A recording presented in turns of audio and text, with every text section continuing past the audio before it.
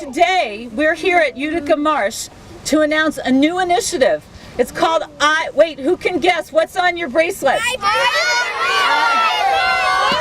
All right, it's called iBird New York. We have 47 million people in the United States go bird watching.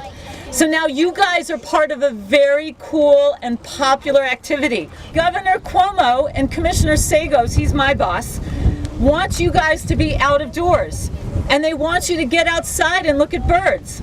If you can look over here and see these designs, this is for a wildlife observation tower that's going to be built by this September. And as my colleague Kevin said, you'll be able to get a bird's eye view of the marsh. Yeah, all right, what do we think?